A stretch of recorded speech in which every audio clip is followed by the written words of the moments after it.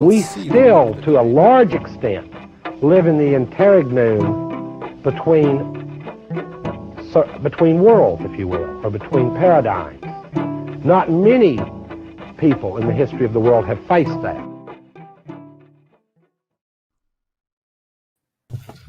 Hello, Ashley.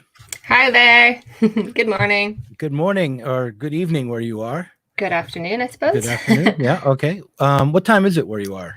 2:15 on British Mother's Day. All right. Well, happy Mother's Day. Thank you. I guess today we're just going to be chatting about COVID-19 and the economic crisis. And I'm not sure just what you think the chances are for some sort of social change, positive social change, to come out of our current crisis. That's at least what's on my mind. What's on yours? I found this so difficult because the situation seems to be changing so rapidly, and also it's apparently it's not something that you can really predict and therefore think about. Although obviously as a sociologist, I've thought about risk and about how diseases, the risk of pandemic disease and all of that sort of thing. These are things that have crossed my mind before, but nothing that I've ever really written about. And so it's one of the issues where I just wanted to kind of sit back and think and read, because it seems like every time that I have an idea or a prediction, or I think, oh gosh, this is what's going on, it changes. So I found this one to be really, really difficult. And, people, I have a regular column in Unheard online magazine, and this is the only story going. And I'm just really unsure of what to talk about. The one thing that I've been noticing is just the way that it's in certain sectors being transformed into this kind of mental health crisis, which I could have seen coming, which I found very interesting. So that's what I was writing about. But I had about 7 different predictions in terms of economic kind of fallout, which I can't imagine coming true. I don't know. What have you been thinking about? Well, I yesterday I just thought about this. Do I have a sore throat? Is that turns out I'm fine. But I've had 2 conversations which have irritated me. One with a socialist and one with a whole slew of Trump supporters. So I'll tell you about the Trump supporters second. The conversation with the socialist was the one that probably deserves more time. The socialist, it was Adam Proctor, who is a podcaster and who has been a big Bernie supporter, and I kind of think of him as a social democrat. He doesn't like that designation, but on his Facebook wall there was an exchange, and what he was saying was that we really have to consider the economic crisis that we're facing now to be caused by an externality, that it doesn't necessarily come from a deep systemic problem within capitalism, and that with the right policies we could weather this storm and come out all the stronger for it at the end. So I think what's happening amongst a certain sector of the socialist left is they're looking at these policies that are being implemented to try to get through the crisis, loans to businesses, but also aid packages to workers and rent freezes and the rest, even making healthcare more accessible.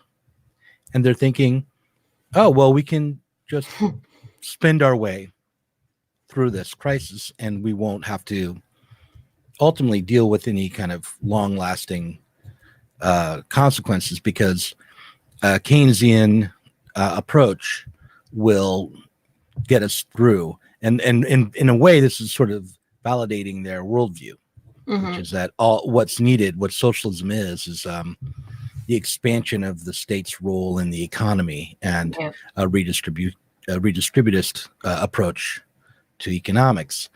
And I don't share that view, but it is difficult for me. I was actually in the chat on this YouTube video on the live stream before you showed up, just chatting with people who are waiting, and it is difficult to really track or figure out in detail to what extent the economy was fragile before COVID-19 appeared, and to what extent everything we're seeing really is just a reaction to the short-term slowdown in productivity due to the closures of I guess all sorts of sectors of the economy. Oh, well, I think, of course, the old joke is that Marxists have predicted, 10 out of the last 5 crises or something like that. Yeah, like 99 out of the last 2 crises we predicted. My favorite prediction is Henrik Grossman's, literally, I think about a month before the 1929 stock market crash. Where he was saying, the capitalists are desperately trying to paper over the problems with capitalism by, what were they doing? I think with debt, I can't remember. But anyways, and he says that, it's not going to last. And then and I really like Grossman, and I think that his predictions were actually based in something were sound, in a sound understanding of capitalism and its ongoing deeper crises. What have Marxists been saying for a couple of years now, that a crisis is coming?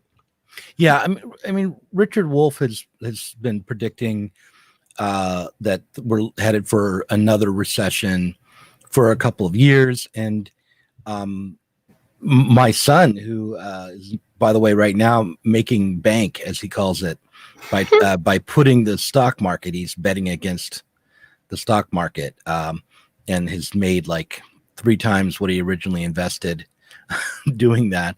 I recall a Facebook post he put up that said, "I'll never be in the red again."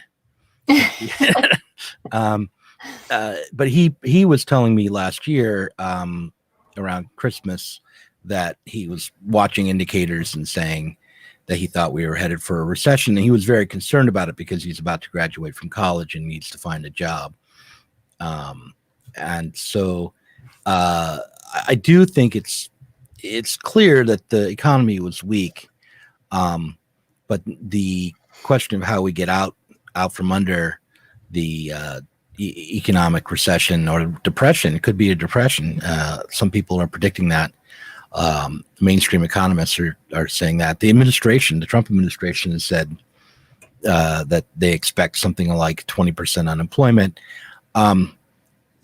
So it's unclear to me that what the proper response should be, what we should be calling for within the bounds of the capitalist system, what kinds of policies we want to be advocating.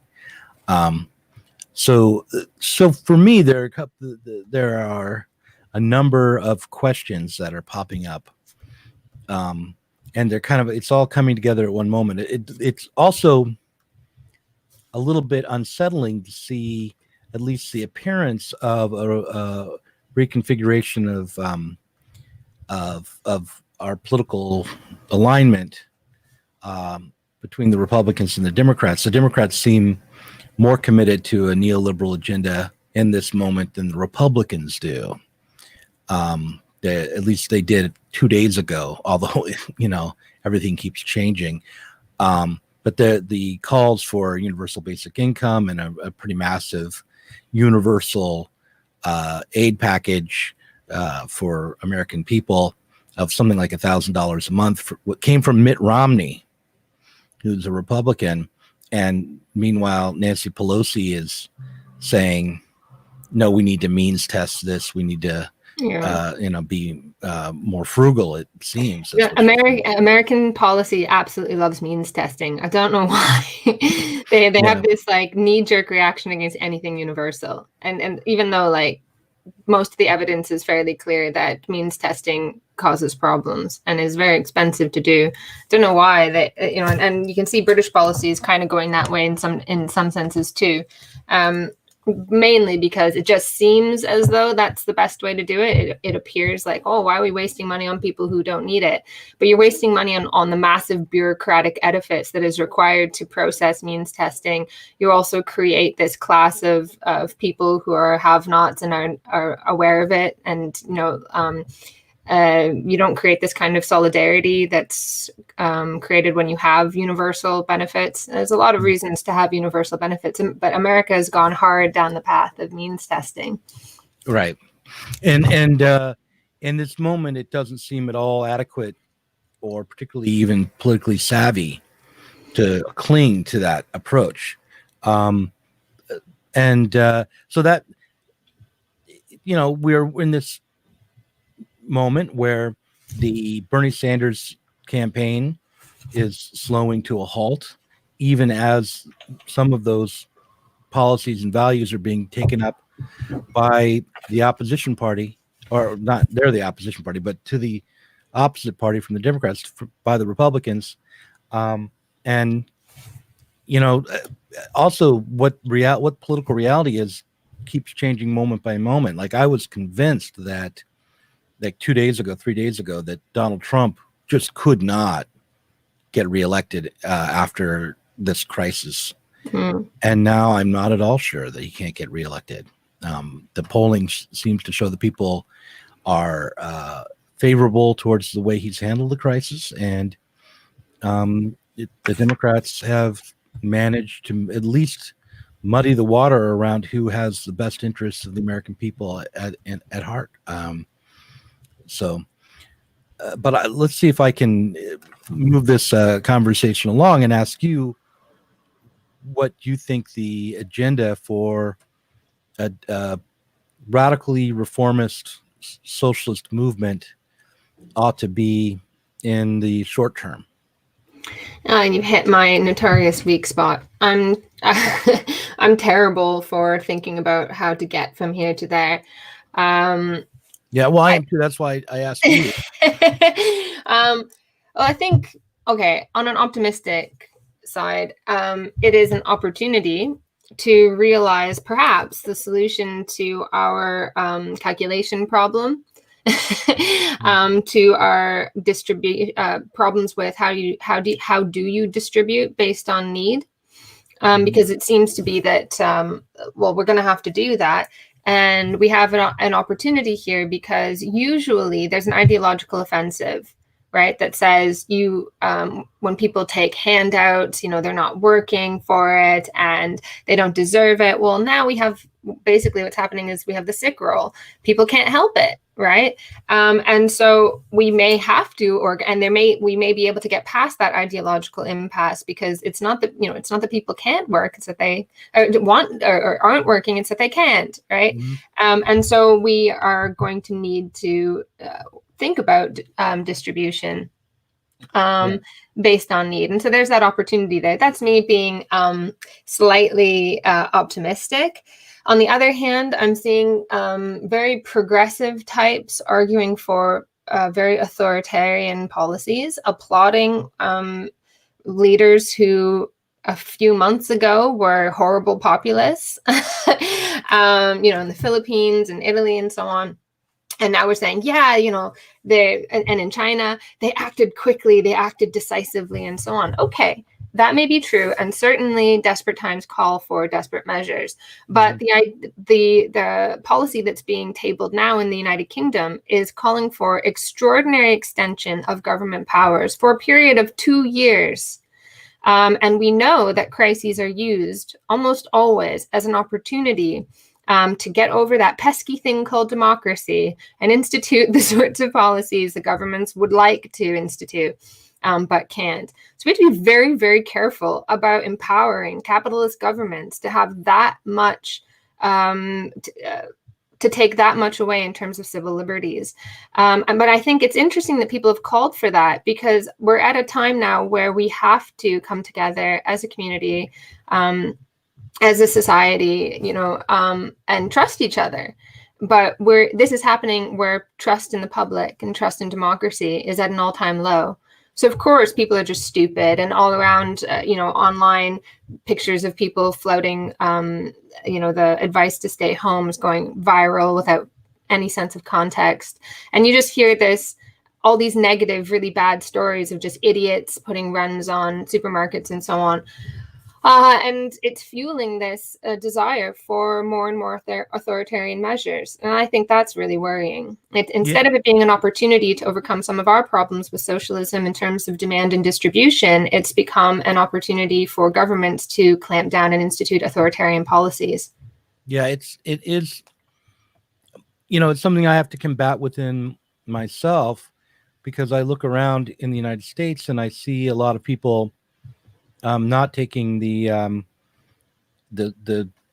command to do some social distancing and to stay at home as much as possible very seriously. I mean, in Oregon here, the bars are closed and most of the restaurants are closed.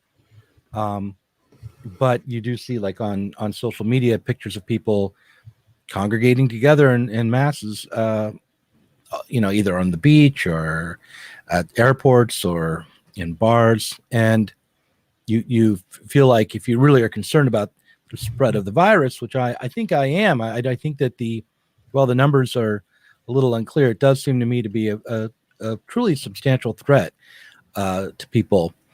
We could be looking at Holocaust level death. I don't know. I've been looking at some of the numbers as well, and I've also been looking at some of the papers, and I'm a little bit suspicious. But again, it's when you're in the middle of something, it's very, very hard to get a clear sense of what's going on. It'll take some time to realize it. But certainly in Italy, it seems to be that they're double counting deaths, or they're counting, not necessarily double counting, but anybody who dies with coronavirus is counted as a death due to coronavirus. Regardless of whether or not they would have died anyway, because they have, 2, 3 conditions. So you have to know what is the death rate normally to be expected. Yeah, but in Italy, the death rate is something like 10%. I mean, they're like off the chart. Yeah, because they've got an aging population. I think they have the second oldest population in Europe, possibly the world. I'm not sure. Yeah. I can't remember. But at any rate, they've got quite an old population. And the area worst hit is known for having poor air quality. A lot of people smoke. In China, you had this problem where men died more frequently than women because men are more likely to smoke. So there are lots of factors to consider, and it's not necessarily helpful to start saying that, talking about global die-offs, because we need to be level-headed. And the more that we panic, the more we're going to invite. Yeah, but there's a big difference between Holocaust-level death and a global die-off. Right, yeah. I mean, we're talking about I saw the Imperial College of London document, where it was basically a document that was put forward that may have headed off a commitment to the herd immunity approach that Boris Johnson was talking about, which was just let it spread and hope that we build up an immunity in the population. That was Boris Johnson's approach. So the Imperial College of London came along and said, well, look, if you do this, you're in the United States. I can remember the US numbers. You're talking about 4 million deaths if you don't do anything to check it. And that's not quite the same as 6 million that came out of the deaths that came out of the Holocaust, just in the Jewish population. But it's still a massive number. And then you throw, so, it's to be avoided, just on the sheer human level.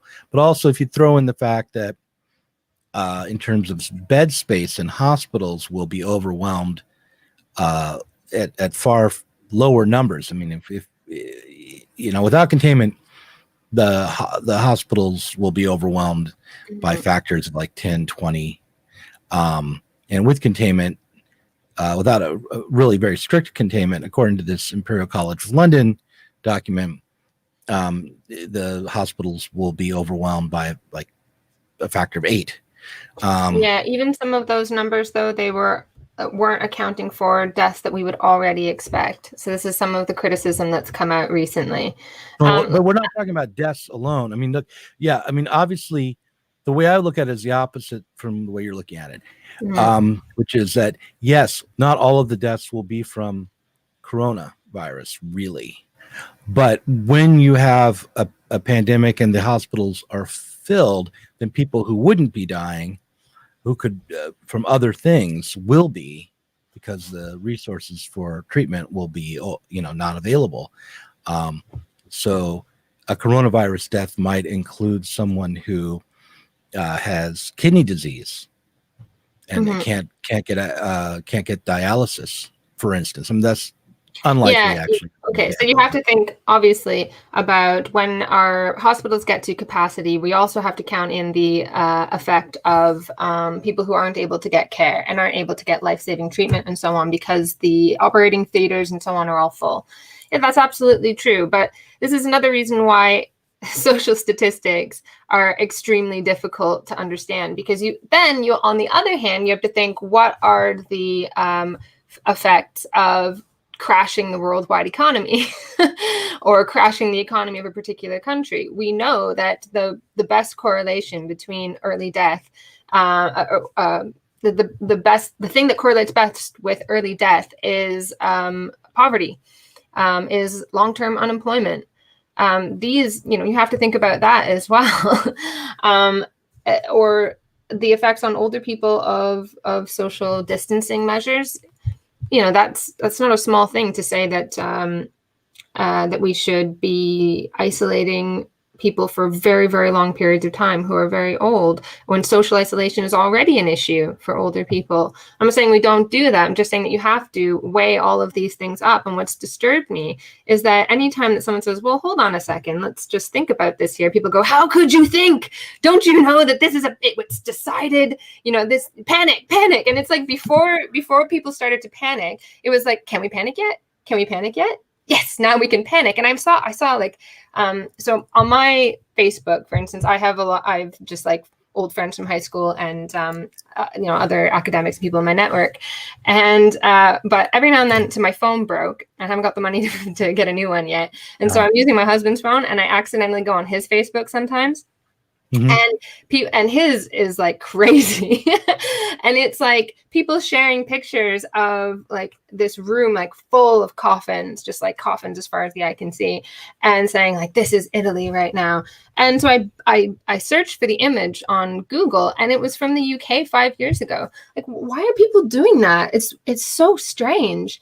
It's like, why do we want to panic so badly? Why do we want to invite military rule so badly?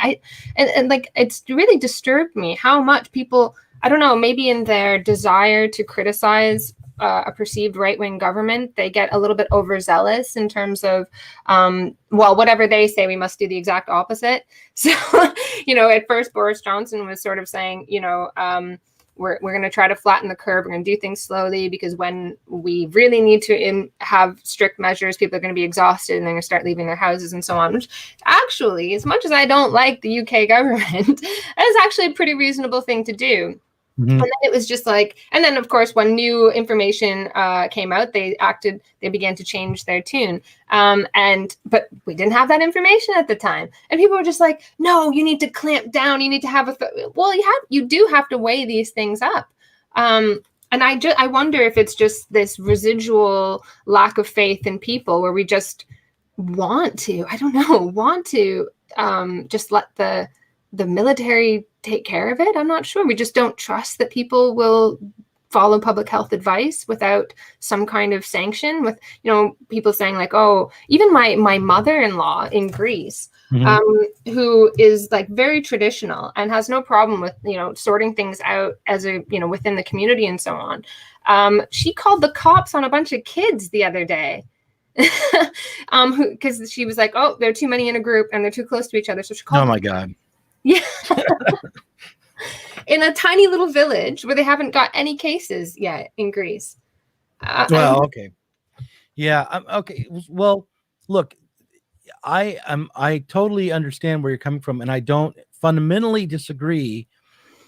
but you're right. It's very difficult to balance out your reaction to this. On the one hand, like the other thing that I was hearing that I encountered online, where a lot of people were saying the whole crisis was really just a kind of a conspiracy from the left to delegitimize Trump, and that Barack Obama let far more people die during the swine flu and never closed the borders, and he got a complete pass, and that's only is people only criticize this and are only calling for so much of a reaction because Donald Trump is in office, and that just isn't true either, and I worry these people aren't washing their hands. But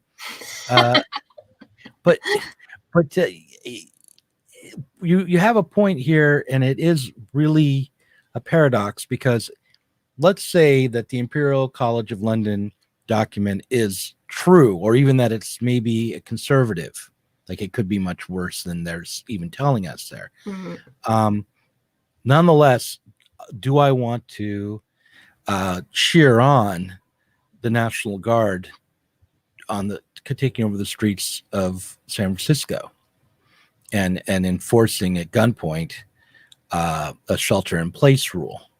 I don't want to see that, and I also don't want, and even if it's necessary, the true fear should be that when the crisis starts to pass, and it will never completely pass, it will never get completely finished, because this has entered the collective bloodstream, so to speak, and will recur. These kinds of, this pandemic and other ones like it will keep coming back.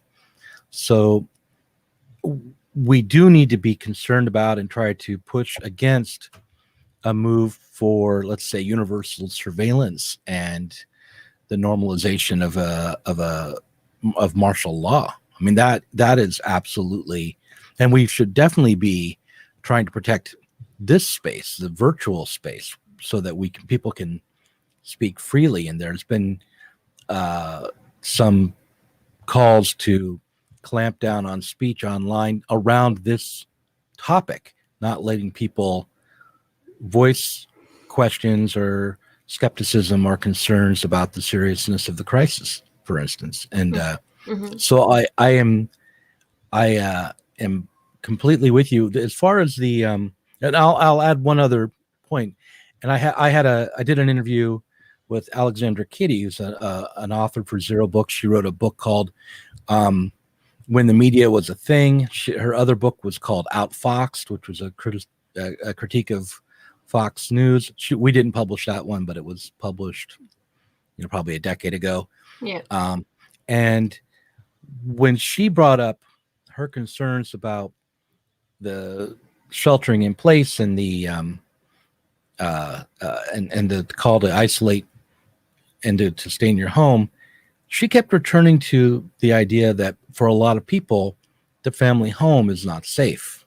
Yeah. For a lot of people, you're pushing them into an abusive situation. And I don't I mean, that's probably true.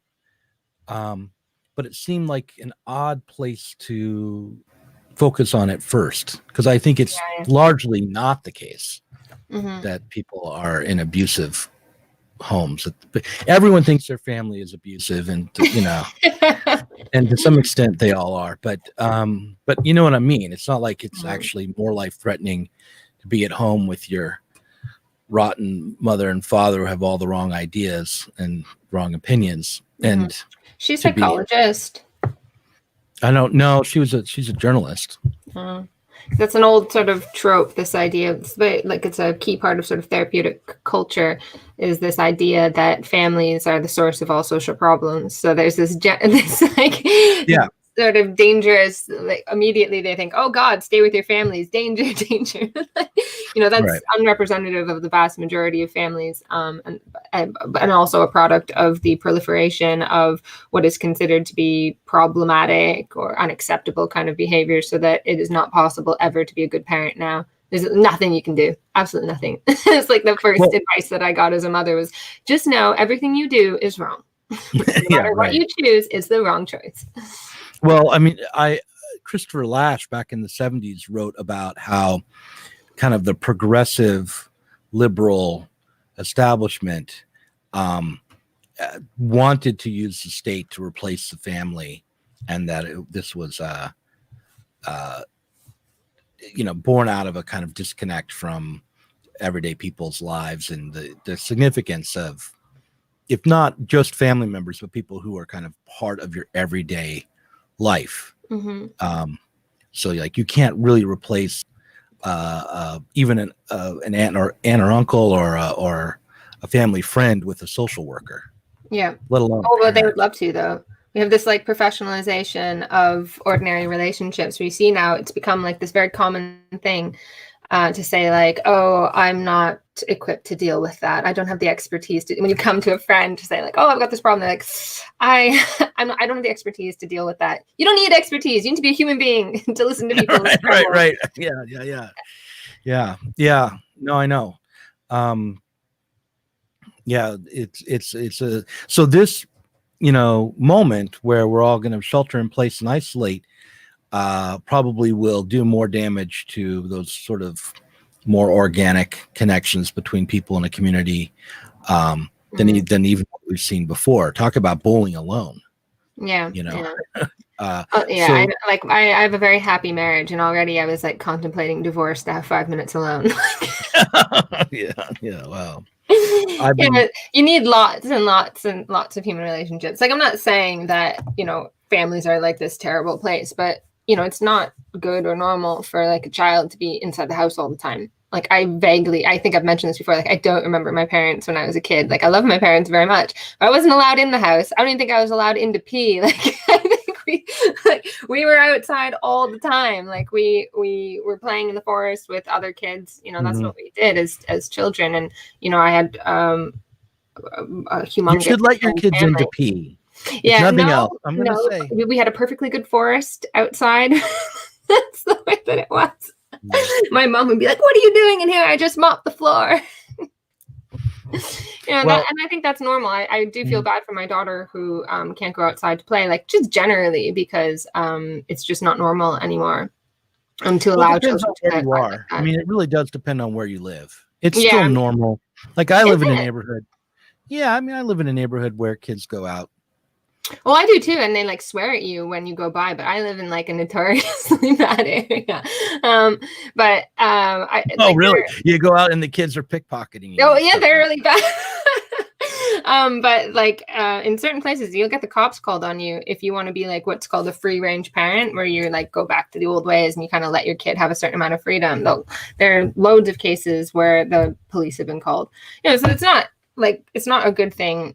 I'll agree there. It's not necessarily a good thing to be locked down in our homes, like obviously for a long period of time. But this idea that this is, an opportunity for talking about how families are the source of, all sorts of abuse and problems is probably overblown.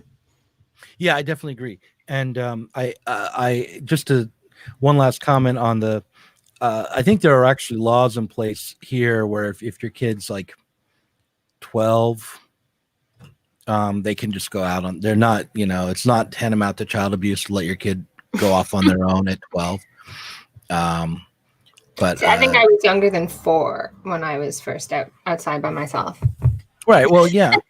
And I think actually on reserves that's still normal. I came across like a pamphlet that was talking to social workers about Indigenous people, and they were like, you don't need to take the kids away when they're outside playing by themselves. That's what Indigenous people do. I was like, oh shoot, this has to be explained. Anyways, back to the crisis. But it's not sustainable. It's not sustainable. And if we want to live like the thing about cities and the thing about civilization in general is that it does invite pandemics. It's well known. If you live in small hunter-gatherer groups and you pick up a virus, by the nature of the way that the populations move around, it goes through that tiny little group and it either kills or immunizes people, and then it dies because it runs out of hosts. But when we live in cities, there's humongous pool of potential hosts. And that's where immunization becomes really powerful. But the thing about living in cities, the thing about civilization and connections between people is that, yes, it invites pandemics, but it also gives us the tools to deal with them. Human communication, working together, that's how we come up with immunizations and so on. And so when people are talking about like, oh, we may not even have herd immunity from this because we don't know what, it's going to mutate and so on. Flus are famous for mutating. Why wouldn't this do something similar? Yeah, absolutely. So are we going to lock down forever? At what point do we have to make a decision, a trade-off between civilization and dealing with disease? And also they're working on pretty exciting treatments and immunizations that may be like universal immunizations and so on. And we're probably a long way off that. But that is the huge benefit of human beings living together. So it's I want to like hedge my bets here because like I just said, like, oh, we need to be careful about inviting authoritarianism and so on, particularly long term. At the same time, I know I'm afraid too. Like every time I get like a little tickle in my throat, I'm like, oh my God. Yeah, you're going to be fine. I mean, I'm the old guy here. Oh yeah. Well, I'm not worried about getting sick myself because I'm, obviously relatively young. I'm worried about accidentally giving it to someone else. But the thing is, probably at some point in your life, you've given the flu to somebody who's died from it. And you are completely not intentionally, actually. Exactly. And you're completely unaware of that. For good reason. We couldn't live our lives like that. This idea that we're going to have this, people are talking about like, oh, if you go out of your house, you're complicit in manslaughter. Like, we can't have civilization like that. We can't live together as human beings if we have this idea of culpability for, passing somebody the flu or passing something on to people. At the same time, I recognize it's a very serious situation. It's rapidly developing. And what I'm saying now could be wrong in a week, which is why I've been reluctant to say anything. But I am just uncertain, and I'm worried that perhaps we're being too quick to invite quite huge authoritarian moves on the part of government. And I'm wondering why people are so ready to do that. Well, we've been primed to stay home. I mean, for me, I have to confess, this has not been a big change in my lifestyle. I work from home. I go out, but I don't, sometimes weeks go by where I don't really go and socialize with anyone. So this hasn't been a huge change. We've been atomizing anyway. So this is not, for some people, this is not a huge demand. It's not a big ask. But for others, and for the big problem is people not going to work. Yeah. I mean, more than people not visiting their neighbors. I don't think that's really a big problem. Maybe not going to the clubs, not going to the pubs, not going out is a big deal for a lot of people. But I guess I don't mind being told in a pandemic, you have the responsibility to keep your distance from people. This is a unique situation. We don't have adequate treatment. And in order to keep the, hospitals from overflowing, you need to do something different. I don't have a problem with that. Yeah. 18 months is what the estimate is for how long this will really go on. And that seems undoable, unsustainable, even in China, let alone in the United States. And given that there's no sort of progressive movement in society to ensure that workers don't bear the fallout from that, I think we should be very worried. Well, there's some, I don't know. On the one hand, yeah, there isn't. But on the other hand, the nature of what is needed itself sort of puts pressure on the state to try to meet people's immediate needs and not have, like, in a normal situation, okay, so there's a mass layoffs, people are unemployed, unemployment levels go way through the roof. Well, okay, those people are homeless. Those people are out of their homes and suffering. Those people are scrounging for meals. Yeah. How sad.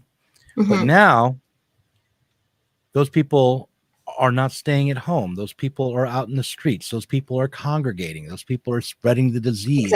Exactly. And now, so now there's pressure on the state to say, no, we will meet your needs. Please don't. Oh, when I was saying exactly, I mean, like, I keep thinking about what's the ideological offensive going to be, because the one thing that workers have on their side is that it's not something we did. Because the previous crisis, it was like, oh, you workers, you were too profligate, you wanted too much, you bought houses you couldn't afford, that kind of thing. And so it became workers' fault. It became the Greeks' fault, and so on. And then a few years later, very quietly, they were like, actually, the loans went to bailing out French and German banks. Shh. But that it was basically blamed on the workers. Now it would be very, very hard to do that, because people want to work, right? But they can't. And so we have that on our side, that the sick roll obviously says you are entitled to certain rights and so on, because it's not your fault. It's not your fault that you get sick. But I think that I can easily imagine it turning to being like, well, people weren't following the rules. Right. That's why it got so bad. It's your fault. Or you guys asked us to print a whole bunch of money, and now there's hyperinflation. That's your fault. You see, so we have to be prepared for that, because it's amazing how quickly the ideology turns and becomes about blaming everyday people. And, it just gets repeated so often. It's like, we've always been at war with, and we just forget what happened and what really happened. I just think that the ideology if there's failure, certainly the blame will try to get shifted this way and that way. The people who love Trump are going to try to blame liberals and the Democrats. The liberals and Democrats are going to blame Trump, and the Republicans. Capitalists are going to blame workers. The managerial elite are going to blame everyday people. But as far as what kinds of policies are going to be most attractive in this moment, just for material reasons, I do think that there's been already a much more obvious willingness to embrace things like a freeze on mortgages and a freeze on rents and aid packages right away.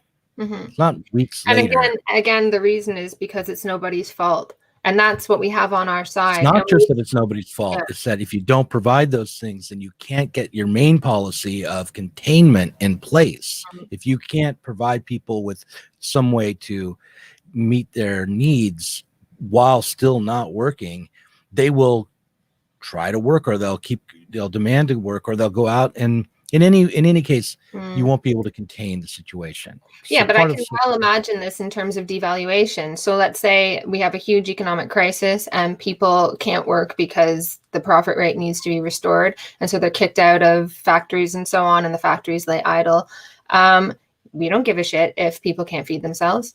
Like, just let them starve. We'll in the grapes, we'll slaughter pigs and pour lye over them. You would really need martial law at that point. You need there will be violence in the streets. You mean now if you allowed that? Yes, because what I'm saying is, because we have that at least on our side. It's not just that they need to get their policy in place. There's a bit of an ideological warfare always that goes on at the same time as there's something economic going on. And I think that's what I'm trying to say, is that we have that at least on our side. Yeah, in China there were in at least pockets there were food riots recently. And what was the number one concern about that? No, I don't know. The virus. People were not staying apart. Right. They were out in the streets in mass numbers. That's what I was thinking might happen as well. Yeah. Yeah. So I would imagine, in a situation where people can threaten the social order just by congregating together, let alone, threatening real violence, direct violence, but just by congregating together, they're not just threatening each other, but everyone else and the elites. Because the other thing is, the people who are the most elite are getting sick faster. Yeah. Or at least they can afford the test to know that they're sick. Yeah, both. But I do think that because politicians are, much more socially connected and meet lots of people all the time, and they're out with each other. Why did Tom Hanks get sick? Well, he's a social butterfly, right? He has a lot of connections. Right. And so I do think that when you need people to stay apart, and when you need to have really clamped down on social and institute social control, there will be, the trade-off is you also have to provide for people more. Mhm. You can't try to institute social control and have the masses starve. Yeah, I think I'm just more pessimistic about the capitalist state.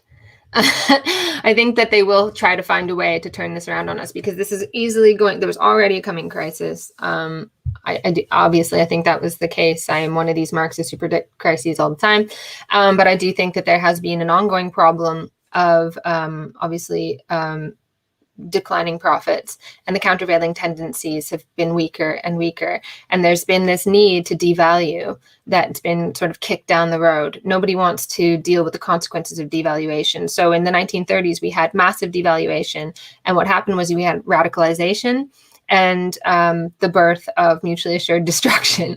And so you can't just pick a fight with another state. You can't just allow people the degree of suffering that may lead them to radicalize and organize against you. But if the threat to capitalism is big enough, they might just do it.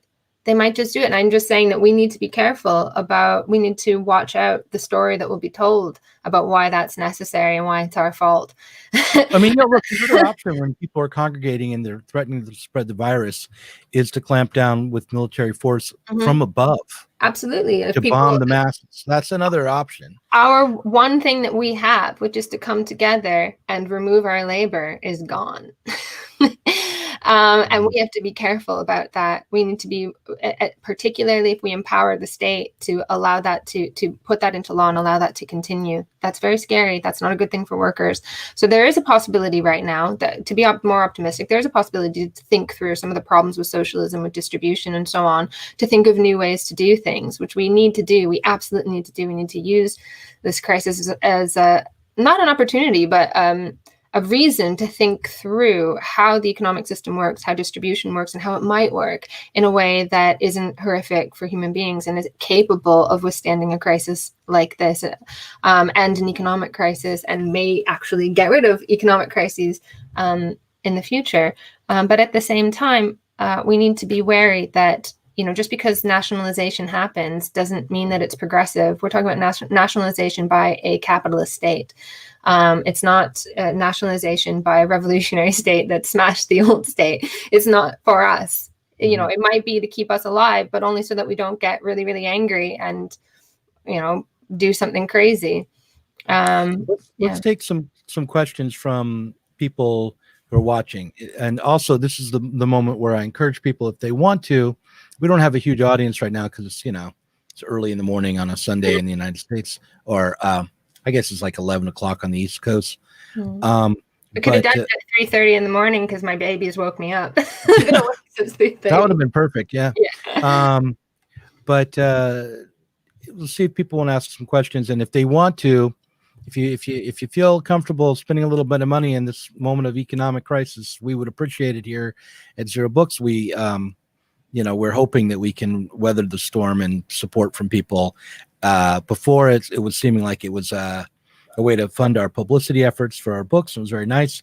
Now it may become more and more important for the imprint as a whole. So if you want to throw some super chats out, that would be great as well.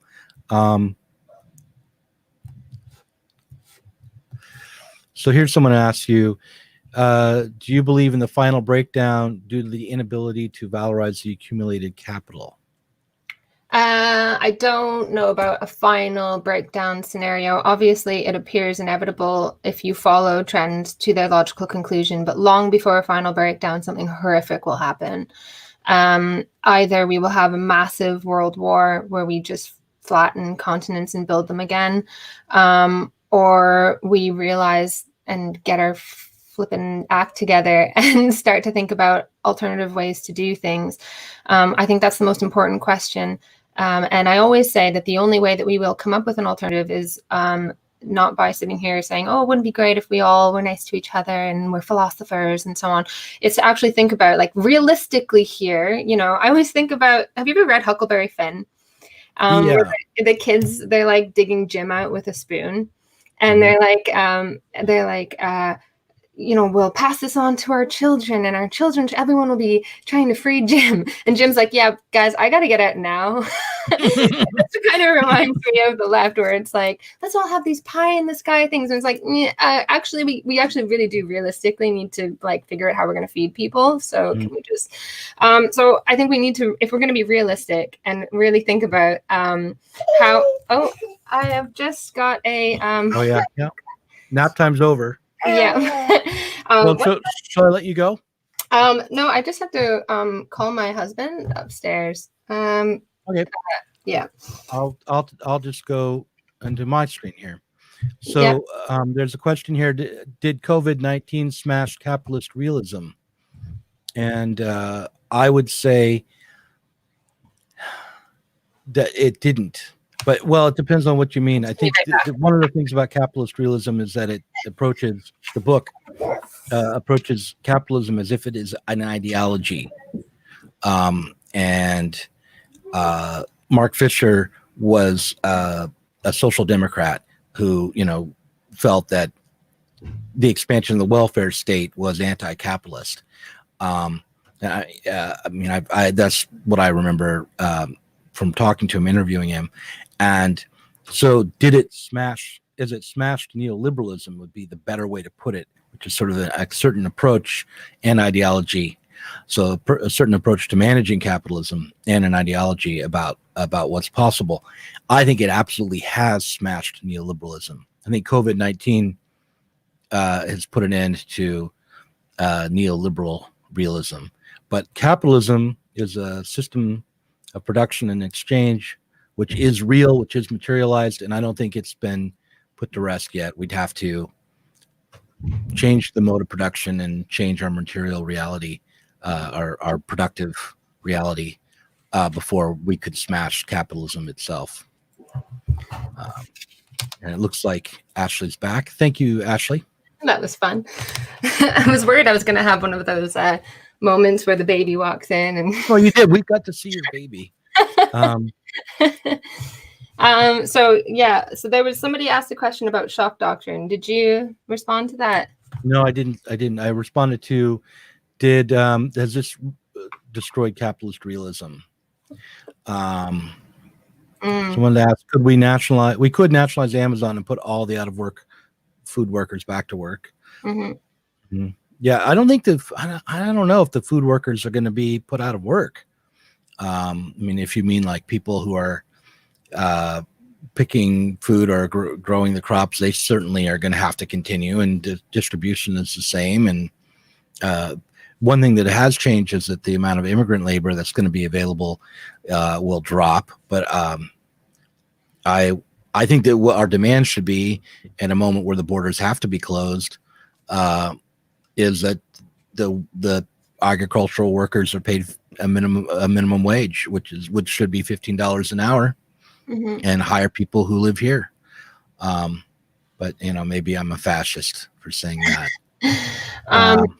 The thing is that the real solutions, like the permanent solutions that would overcome capitalism, can't be demanded. I know that's not what you meant. You're talking about, obviously, things to make things less painful in the short term. But I think that's an important thing to remember, is that we tend to have this idea that we're just sort of coming together and saying to the people in power, please, will you do this? Don't let my family starve. They don't care. And in fact, they might care, but they care about you more as, they'll give to charity or something like that. If it becomes between you and the continuation of capital, I'm afraid you're going to starve. So we have to understand that these things can't be demanded. They have to be more or less put in place by mass movements in society with most people on side.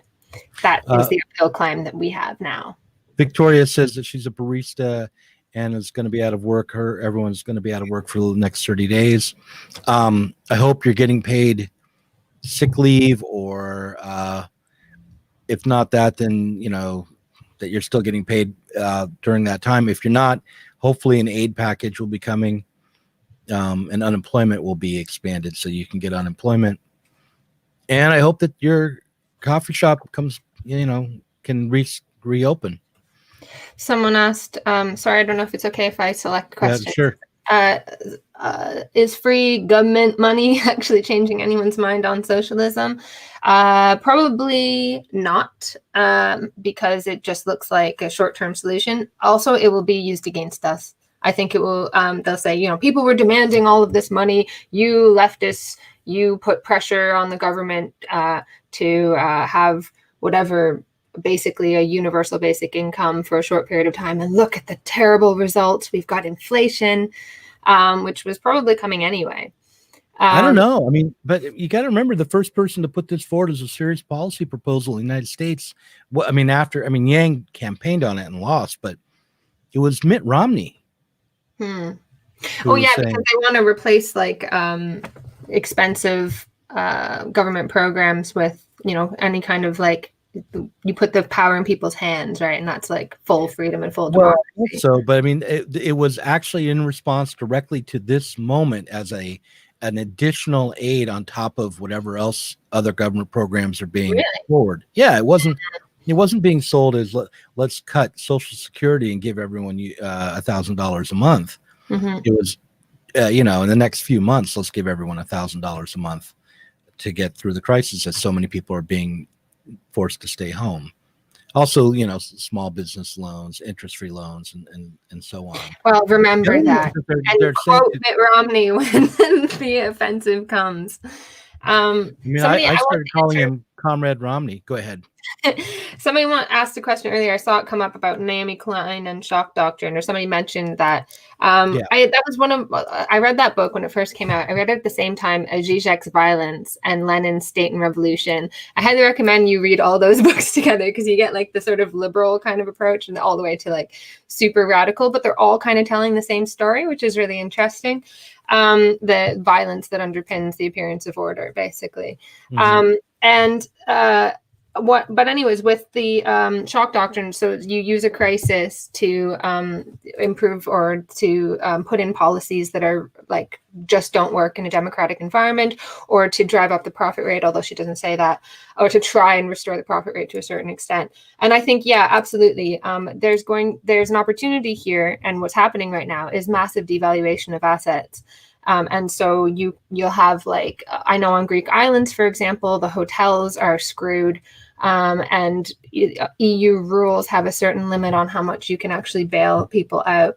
And so it's an opportunity now. You could have like, hey, a real Greek experience provided by Disney on Santorini. You know, I can well imagine massive devaluation and consolidation of capital.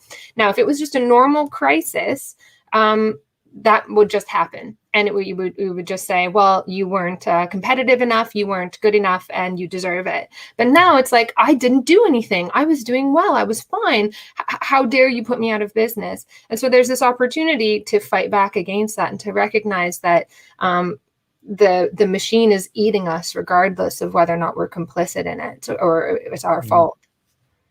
Here's a question. Will the spread of COVID-19 and the necessity of state action legitimize the expansion of a centralized state, especially since it's states like China that have handled it better than most? Well, you know, the other state that's done well is South Korea.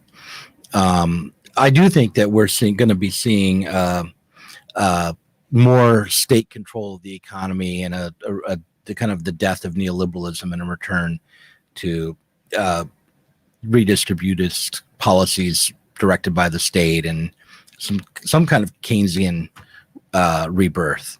That's what I think. But what do you think, Ashley? I've always said that if we wind up with authoritarianism, it'll be because we've demanded it. And I think that's probably what will happen. People are championing things that China is doing. And China is like a kindly authoritarian state backed up by the iron fist and a velvet glove. You know, that's what we're asking for here. And this mixing up of socialism with state control is leading us to fail to differentiate between what is a capitalist state doing things and what would be a properly socialist revolutionary state doing things. These are very, very different things. And people are saying, oh, it's so great, we're actually heading toward nationalization. Yeah, what do you think the purpose of the state is? You think it's just floating outside of society? It is enmeshed in capitalist social relations, you need to be very, very careful about asking the state to do things, and championing more and more state control. Because at the end of the day, it's there to ensure the rule of one class, the rule of one class over another. Yeah, I think that socialism, if you really had socialism, it would be, if you think of socialism as a transitionary kind of moment from capitalism to communism, which I don't think is the right way to think of it, really. But even then, what you would start seeing under socialism is the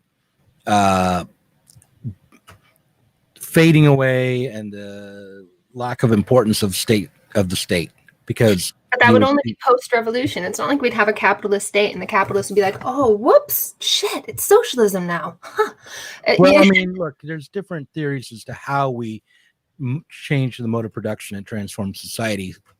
Some would say you could do it by electing socialists into office and without a violent revolution, but it would be a revolution regardless of how you do it. I think it probably would require at least some illegality along the way. If you wanted to do, like, okay, I don't say that we should like smash the state willy-nilly. That's crazy. Mm-hmm. Like, what attempts to do that in the past have failed miserably, and we need to be very careful about saying that sort of thing. And we need to think there has to be a mass movement in society where the vast majority of people are on side. And also, I think probably a threat to them will push that over the edge, where we're just basically, we're already, I've said this before, but we're already organized, through military, that sort of thing, to ensure the continuation of capitalism through destruction. And we have to kind of say, look, we're not going to do that. We're not going to fight this imperialist war or whatever anymore. But if you want, and then because people would be organized, we might be in a position to then take over the state in a way that probably would be revolutionary, right? If you wanted to have like a sort of like evolutionary approach where we could elect people and then have socialism that way, that would have to happen by convincing the capitalists that this is in their interest, which would be very hard to do. Yeah. It's impossible to do. I saw one video of a Chinese person literally being welded into their apartment, someone said. I heard that story, that they're like stopping, that they welded shut the doors. I don't know if that's true. I've got a friend in China. He didn't say that. I've got one friend in China. And he wasn't there when they welded that guy in. No, but he's always telling me about these horrible things that the Chinese state is doing. And I feel like that would be up there with the things. I'll get like a daily report from him about the terrifying things that are happening. I'm not all about China bashing, really, but I do think that we are too quick to praise the authoritarian state as if it's really socialist, especially and people who call themselves socialists, who point to China as like the aim of socialism right now. I truly don't get it, because they call themselves capitalist, so I'm not a big fan of the Chinese state. I'm also not a fan of the U.S. state. Let's see. This is someone talking to each other, not to us. Here's someone. Oh, okay. Yeah. So these are people just talking about. I saw a question mark and I grabbed it, thinking it was a question for us. But yeah, people are asking about and talking about Bernie Sanders, and it is kind of ironic that. If this had been timed just a little bit differently, let's say all this had come up right after Nevada rather than right after a series of wins for Joe Biden, I think that this might be Bernie Sanders' moment ideologically and politically, because the Sanders movement is about expanding the welfare state, expanding it, redistributive policies. Yeah. But I don't see how. Let me ask you this: am I a conspiracy theorist, but for thinking that the Democratic Party simply would not have allowed Bernie Sanders to get the nomination, and that in fact, quite a lot of the votes were tampered with in the primaries? Well, I don't know. I'm not in the States, so I'm not getting this daily stream. Well, there have been, discrepancies in the exit polls. this is probably the big bit of evidence for the primary states. The exit polls have been off by like 15%, for swinging in Biden's direction. And apparently, according to UN guidelines, if you have something more than a 4% discrepancy, it's worth validating the vote, either by a full recount or some other method of verification. And of course, in cases, it's often correlated with the discrepancy between exit polls and the actual vote. It's correlated with electronic voting. And there's also, some reports that the machines can count more than one vote at a time or fractions of votes. So they ought not to be able to. The machines shouldn't vote a half a vote. They shouldn't count a half a vote or an eighth of a vote. Right. There's no need for that. But they do, so you can weight votes. Mm-hmm. So someone comes in and votes for Biden, and that counts as 1.8 votes. Right. But then when you show the vote totals, those fractions are, dropped away. I don't know. I'm pessimistic about the ability of a truly radical movement to lay claim to the ready-made state machinery and direct it in service of the working class. I'm also worried about party politics that places all of its hope in welfare. I think that the right to work has been replaced by the right to welfare, and that really constructs people as passive subjects rather than active subjects capable of expressing their agency out in the world. It becomes running politics like a charity campaign, for the weakest and the poorest and so on. And yeah, it's important to do that sort of thing, to think about that and to have a safety net, but that's nobody's aspiration. That's not radical or revolutionary. That is a massive capitulation. We need to have some kind of movement in society that is about working class agency, not working class as victims. And I think we're struggling really hard to do that. I'm not sure that Sanders really did that. I was like, obviously his talk about strengthening unions was, important and a good step. But I think there's way too much emphasis on welfare and way too much faith in the ability of the capitalist state to iron out the contradictions of capitalism, which can't do. Yeah, I agree with you. You know what? We've been talking for about an hour and 6 minutes. Mm-hmm. I'm going to bring this to a close, but if you want, I thought that was if I was editing this as a podcast, that last thing you said would be where I cut it and then there'd be end music, but that's not how it is here. But I want to thank everyone for watching, and we'll be doing this. You'll be on here every Sunday. Yeah, every Sunday. Yeah. All right. It'll be, for a while, might be both the two of us, but you're going to bring other people on as well. People should expect around 7 or 8 o'clock in the morning in the Pacific time. 2 or 3 London time. Right. It will be Ashley Frawley show. So, all right. I'm going to run our outro here, and then. The material relations between people become social relations between things. When we look at toasters, corn, and TVs, we still, to a large extent, live in the interregnum between